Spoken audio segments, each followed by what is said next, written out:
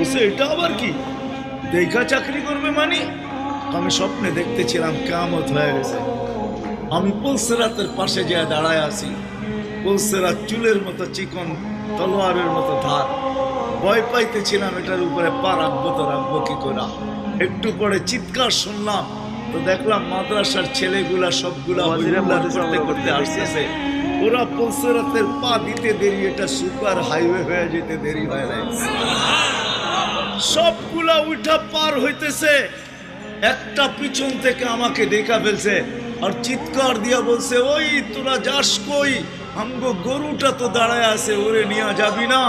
বলে সবগুলা পিছে ফিরে আসছে আর আমাকে উঠায়া কেউ হাতে কেউ পায়ে ধরা সব কাঁধে করে নিয়ে পার করা দিছে। ঘুমের থেকে জায়গা গেছি, এই জন্য চোখে দেখা আমি এখন চাকরি করি।